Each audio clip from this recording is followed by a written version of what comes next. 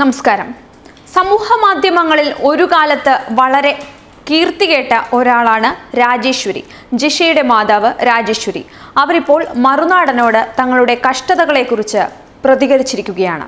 ഇപ്പോൾ എപ്പോഴും അസുഖങ്ങളാണ്. 102 ഡിഗ്രി പനിയും 600 ഷുഗറുമൊക്കെയാണ്.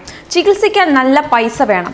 അതിന് എന്തെങ്കിലും പ്രയോജനപ്പെട്ടാൽ അത്രയുമായല്ലോ എന്ന് കരുതിയ ആ പിള്ളേര് പറഞ്ഞപ്പം ഞാൻ സമ്മതിച്ചു. സിനിമയിൽ അഭിനയിക്കാൻ പോകുന്നതായുള്ള പ്രചാരണത്തെക്കുറിച്ച് അന്വേഷിച്ചപ്പോൾ കൊല്ലപ്പെട്ട ജിഷയുടെ മാതാവ് രാജേശ്വരിയുടെ ആദ്യ പ്രതികരണം ഇങ്ങനെയായിരുന്നു. ചേച്ചി സിനിമയിൽ ഇങ്ങനെ അഭിനയിക്കാൻ പോകുന്നു എന്നാണ് അറിയുന്നത്, ശരിയാണോ? സിനിമയില് ഒരു നാടിന്റെ കഥയാണ്. എല്ലാവരും അറിഞ്ഞിരിക്കുന്ന ഒരു കഥയാണ്. ഇത് ഒരു എൽമഗജ എന്ന ഒരു ലവ് സ്റ്റോറി എന്ന സിനിമയാണ്. അതിലേക്ക് അവര് സിനിമയുടെ ആളുകൾ വന്ന് വിളിച്ചപ്പോ ഞാൻ അവരുടെ നമ്പർ തരാം. അപ്പൊ അവരെ വിളിച്ചു ചോദിച്ചു കഴിഞ്ഞാൽ അവരുടെ പേരും കാര്യങ്ങളും ഒക്കെ അവര് പറയും. ചേച്ചിയുടെ റോൾ എന്താ അവര് പറയുന്ന സിനിമയില്? പ്രായമായ അത് എന്നോട് പറഞ്ഞിട്ടില്ല കൃത്യമായിട്ടും. അത് അവരോട് ചോദിച്ചാൽ അവര് പറയുന്നതാണ് പറഞ്ഞേക്കണത്. അല്ല, എന്താ ജിഷയുമായിട്ട് ബന്ധപ്പെട്ട കഥയാണോ ചേച്ചി? അതെയോ വേഷമോ കാര്യങ്ങളോ ഒന്നും അവര് പറഞ്ഞിട്ടില്ല അല്ലെ? ഒന്നും പറഞ്ഞിട്ടില്ല. അവര് പൈസ വല്ലതും തരുമെന്ന് പറയുന്നുണ്ടോ? പിന്നെ പൈസ എന്ന് പറഞ്ഞു കഴിഞ്ഞാൽ ഞാനാണ് ഇപ്പൊ വലിയ ബുദ്ധിമുട്ടിലൊക്കെ നമ്മളിവിടെ കഴിയണത്. കാരണം എനിക്ക് ജനങ്ങൾ തന്ന പൈസയും പിന്നെ പാർട്ടിക്കാർ തന്ന പൈസയൊക്കെ അവരുടെ ബാങ്കുകളിലൊക്കെ ജനങ്ങൾ തന്ന പൈസ കളക്ടർ രാജമാണിക്ക് സാറും എന്റെ പേരിലാക്കിയൊക്കെ അക്കൗണ്ടിൽ ഇട്ടേക്കല്ലേ. അപ്പൊ ആ ജനങ്ങൾ തന്ന പൈസ രാജമാണിക്ക് സാർ ഇട്ടാണ് പൈസ എനിക്ക് പലിശ പോലും കിട്ടൂല. അവര് ഒരുപാട് നീണ്ട കാലാവധിയൊക്കെ വെച്ചാണ് അത് ഇട്ടിരിക്കുന്നത്.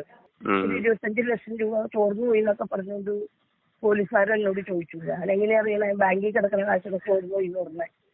അല്ല, ബാങ്കിൽ കിടക്കുന്ന പൈസ എങ്ങനെ ചോർന്നു പോകുന്ന ചേച്ചിയുടെ പേരിലോ? എനിക്കറിയാമുള്ള അവരുടെ അങ്ങനെ എന്നോട് ചോദിച്ചു. പത്രത്തിൽ ന്യൂസ് ഉണ്ടെന്നൊക്കെ പറഞ്ഞ് എന്നോട് ചോദിച്ചു. എനിക്കറിയാമുള്ള എങ്ങനെയൊക്കെയാണ് ഇതിനകത്തൊക്കെ ഭയങ്കര അട്ടിമറികളും കള്ളത്തരം നടന്നത്. കാരണം ആ പൈസയുടെ പ്രശ്നം പറഞ്ഞു നരേന്ദ്രമോദി പൈസയുടെ പ്രശ്നം ഉണ്ടാക്കിയല്ലോ. ആ ഉണ്ടാക്കിയപ്പോ അന്ന് നമുക്ക് ആദ്യമൊക്കെ നമുക്ക് 10 പൈസ തരില്ലായിരുന്നല്ലോ, അതിൽ നിന്ന് എടുക്കാൻ പറ്റൂലായിരുന്നല്ലോ ഈ പൈസയുടെ മേളം കാരണം. പിന്നെ എങ്ങാണ്ടൊരു സ്വന്തം സ്ഥാനാർത്ഥിയെ താല്പര്യപ്പെട്ട് നിൽക്കാൻ പറഞ്ഞാൽ നിൽക്കും അല്ലേ? നിൽക്കും ആരാവശ്യപ്പെട്ട് വന്നാലും. പക്ഷെ നിൽക്കുന്നുണ്ടെങ്കിലും എനിക്ക് വേണ്ടിയിട്ടല്ല. 10 പൈസ വന്ന് കിട്ടിയാലും അല്ലെങ്കിൽ ഈ ജനങ്ങൾക്ക് വേണ്ടി ഞാൻ വോട്ട് ചെയ്യുന്നത് പാവപ്പെട്ട ജനങ്ങളെ നിലത്ത് കിടന്ന് ഇപ്പൊ കയറി കിടക്കാൻ കുടുംബമില്ലാതെ ഒരുപാട് പേര് ജീവിക്കുന്നവരുണ്ട്. അവരെ കുടുംബത്തില് അവര് ഒരുപാട് സ്വത്തും മുതലുകളും വെള്ളത്തിൽ കൂടെ ഒഴുകി പോയി നഷ്ടപ്പെട്ടവരുണ്ട്. ഒരുപാട് പേര് മരിച്ചു കഴിയണവരുണ്ട്.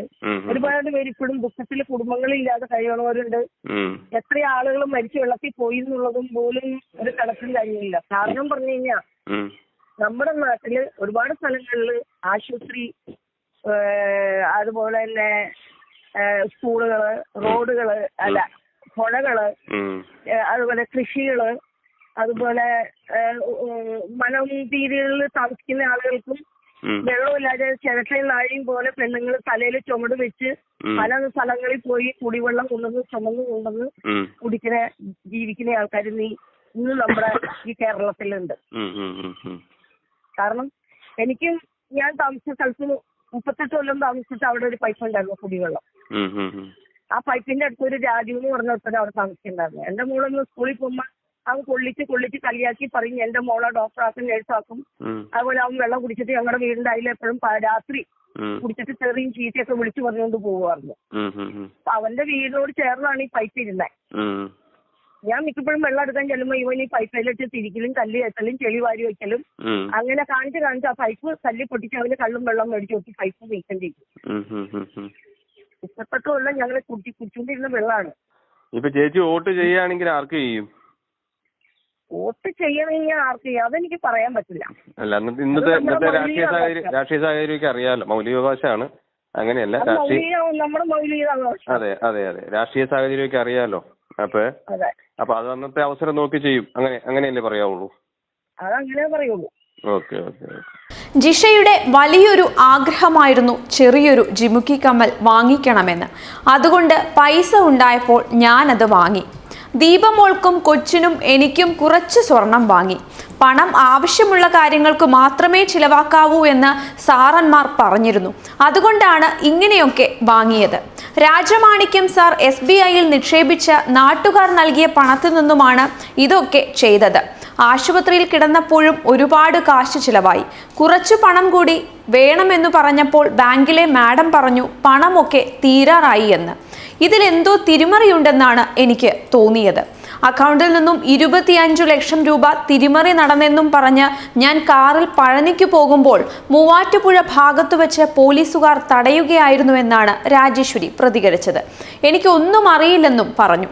ഉമ്മൻചാണ്ടി സാർ മുഖ്യമന്ത്രിയായിരുന്നപ്പോൾ കോൺഗ്രസുകാർ കൊണ്ടുതന്ന 15 ലക്ഷം 10 വർഷം കഴിഞ്ഞിട്ടേ കിട്ടൂ എന്നാണ് അർബൻ ബാങ്കുകാർ പറയുന്നത്. അതിൽ നിന്ന് കുറച്ച് കാശെങ്കിലും തരാമോ എന്ന് എൽദോസ് കുന്നപ്പിള്ളി MLA കണ്ട് ചോദിച്ചു. അപേക്ഷ എഴുതി തന്നാൽ നോക്കാമെന്ന് അദ്ദേഹം പ്രതികരിക്കുകയായിരുന്നു. തുടർന്ന് അപേക്ഷ എഴുതി കൊടുത്തു. മകളുടെ മരണത്തിന് ശേഷം കുറച്ചുകാലം ജോലിക്ക് പോയി. അസുഖങ്ങൾ മൂലം ഇത് തുടരാൻ പറ്റാതായി. ഉറക്കം നിൽക്കാൻ വയ്യ. സമയത്ത് ഉറങ്ങിയില്ലെങ്കിൽ നെഞ്ചരിച്ചലും മേലുവേദനയും ആരംഭിക്കും. പിന്നെ ശരീരം നീരുവെക്കും. പനിയും തുടങ്ങും. ആശുപത്രിയിൽ അഡ്മിറ്റ് ആവാതെ രക്ഷയില്ലാതായപ്പോൾ പണിക്കൊന്നും പോവാതെയായി. ചികിത്സയ്ക്കോ സ്വന്തം ആവശ്യത്തിനോ കയ്യിൽ പണമില്ല. സർക്കാർ നൽകി വരുന്ന മാസം 5000 രൂപ വീതമുള്ള പെൻഷൻ മാത്രമാണ് തനിക്കുള്ളത്. 2 മാസം കൂടുമ്പോഴാണ് ഈ പെൻഷൻ കിട്ടുന്നത്. ഇത് കടം തീർക്കാൻ പോലും തികയുന്നില്ല എന്നാണ് രാജേശ്വരിയുടെ പരിഭവം. ഏറെ കഷ്ടപ്പെട്ടാണത്രേ ഇവർ ഇപ്പോൾ കഴിയുന്നത്. വിശക്കുമ്പോൾ എന്തെങ്കിലും വാങ്ങിക്കഴിക്കാൻ പോലും ചില സമയങ്ങളിൽ പണമില്ലാത്ത സ്ഥിതിയാണെന്നും രാജേശ്വരി പ്രതികരിക്കുന്നു.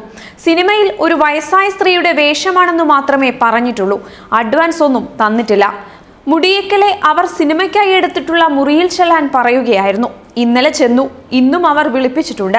കൂടുതൽ കാര്യങ്ങൾ അവരോടൊപ്പം ഇന്ന് വെളിപ്പെടുത്താമെന്നാണ് രാജേശ്വരി പ്രതികരിച്ചിരിക്കുന്നത്. രാഷ്ട്രീയക്കാർ മനസ്സുവച്ചിരുന്നുവെങ്കിൽ ഒരു കാരണവശാലും എനിക്കെന്റെ കൊച്ചിനെ നഷ്ടപ്പെടില്ലായിരുന്നുവെന്നും അവർ പ്രതികരിച്ചു. ആരെങ്കിലും തിരഞ്ഞെടുപ്പിൽ മത്സരിക്കാൻ പറഞ്ഞാൽ സ്വതന്ത്രയായി മത്സരിക്കുമെന്നാണ് രാജേശ്വരിയുടെ പ്രതികരണം. പണത്തിനും പദവിക്കുമൊന്നും വേണ്ടിയല്ല, പാവപ്പെട്ടവർക്ക് വേണ്ടി എന്തെങ്കിലുമൊക്കെ ചെയ്യണമെന്നുണ്ട്. പാർലമെന്റ് തിരഞ്ഞെടുപ്പിനെ കുറിച്ച് ചോദിച്ചപ്പോൾ രാജേശ്വരിയുടെ പ്രതികരണം ഇങ്ങനെയായിരുന്നു. പ്രളയകാലത്ത് നാട്ടുകാർക്കുണ്ടായ ദുരിതങ്ങൾ മനസ്സിനെ വല്ലാതെ വേദനിപ്പിച്ചുവെന്നാണ് രാജേശ്വരിയുടെ പ്രതികരണം. അവർക്ക് വേണ്ടി എന്തെങ്കിലുമൊക്കെ ചെയ്യണമെന്ന് ആത്മാർത്ഥമായി ആഗ്രഹിക്കുന്നു. ജനങ്ങൾ ജയിപ്പിച്ചു വിട്ടാൽ കഴിയും വിധം ഞാൻ അവരെ സഹായിക്കും. കേരളത്തിൽ മൊത്തം എന്തോരം പൈപ്പുകൾ ഇട്ടിട്ടുണ്ട്, ടാങ്കുകളും പണിതിട്ടുണ്ട്. ഒരു തുള്ളി വെള്ളം പോലും എത്താത്ത എത്ര പ്രദേശങ്ങളാണ് ഇവിടെ ഉള്ളതെന്നും ഇതിലൊക്കെ കുറേശ്ശെ വെള്ളം നേരത്തെ തുറന്നു വിട്ടിരുന്നെങ്കിൽ എത്ര നന്നായിരുന്നുവെന്നും ഡാമിൽ ഇത്രയും വെള്ളം നിറയാൻ സാധ്യതയില്ലായിരുന്നുവെന്നും ഒറ്റയടിക്ക് തുറക്കേണ്ടി വരില്ലായിരുന്നുവെന്നും അവർ പ്രതികരിച്ചു.